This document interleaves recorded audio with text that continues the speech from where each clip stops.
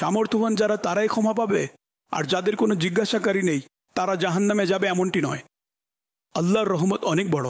হজরত সৈয়দুনা আমর বিন মুসলিম রহমতুল্লাহ তাআলা আলাইহি বলেন, একজন কবর খননকারী যিনি কবর খনন করেন তার বয়ান, আমি 2টি কবর ইতিমধ্যে তৈরি করেছি এবং তৃতীয়টি খনন করছিলাম। তখন অনেক গরম অনুভব হচ্ছিল। আমি ছায়ার জন্য নিজের চাদর খুলে খনন করা অংশে টাঙিয়ে দিলাম। পুনরায় নিজের কাজ করতে লাগলাম।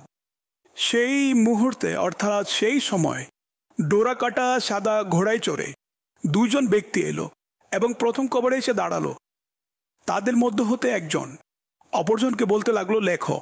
সে বলল, কি লিখব? তিনি বললেন, 3 বর্গ মাইল লেখো। তারপর তারা দ্বিতীয় কবরে এলো এবং বলল, লেখো। সে বলল, কি লিখব? তিনি বললেন, যত দূর দেখা যায় লেখো।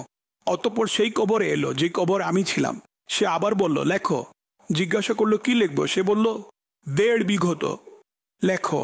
বিঘত এটিকে বলে, আর 1.5 বিঘত এটি অনেক ছোট। এরপর আমি বসে বসে জানাজার অপেক্ষা করছিলাম।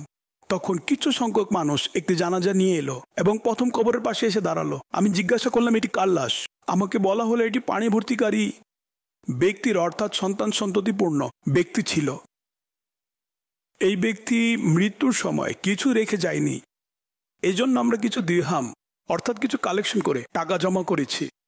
আমি বললাম, এই দিরহাম মৃত ব্যক্তির সন্তানকে দিয়ে দাও, অর্থাৎ আমি বিনিময় স্বরূপ কিছুই নেইনি, সন্তানদের জন্য দিয়ে দিয়েছি। অতঃপর আমি তাদের সাথে মিলে তাকে দাফন করে দিয়েছি। তারপর এমন একটি জানাজা নিয়ে আসা হলো যার সাথে শুধু তারাই ছিল যারা তাকে উঠিয়েছে, অর্থাৎ 4 জন। তাকে দ্বিতীয় কবর পাশে নিয়ে আসা হলো, যার বিষয়ে দৃষ্টি সীমানা পর্যন্ত অবকাশ লেখা হয়েছিল।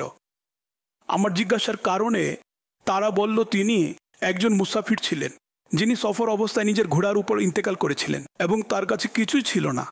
আমি তাকে নিয়ে আসা ব্যক্তিদের কাছ থেকে কিছুই নেইনি, বিনিময় নেইনি। তাদের সাথে মিলেমিশে মৃত ব্যক্তিকে দাফন করে দিয়েছি। এখন আমি কৃত ব্যক্তির অপেক্ষা করতে লাগলাম। এমনকি ঈশার পূর্বে মৃত ব্যক্তিকে নিয়ে এলো যে কোনো সর্দারের স্ত্রী ছিল। আমি সেই মানুষদের থেকে বিনিময় চাইলাম। তখন তারা আমার মাথার উপর আঘাত করল, মারল এবং তাকে দাফন করে চলে গেল। যারা গরিব ছিল, অসহায় ছিল, তাদের কবর প্রশস্ত ছিল এবং যে সম্পদের মালিক সর্দারের স্ত্রী ছিল তার কবর 1.5 বিঘত ছিল।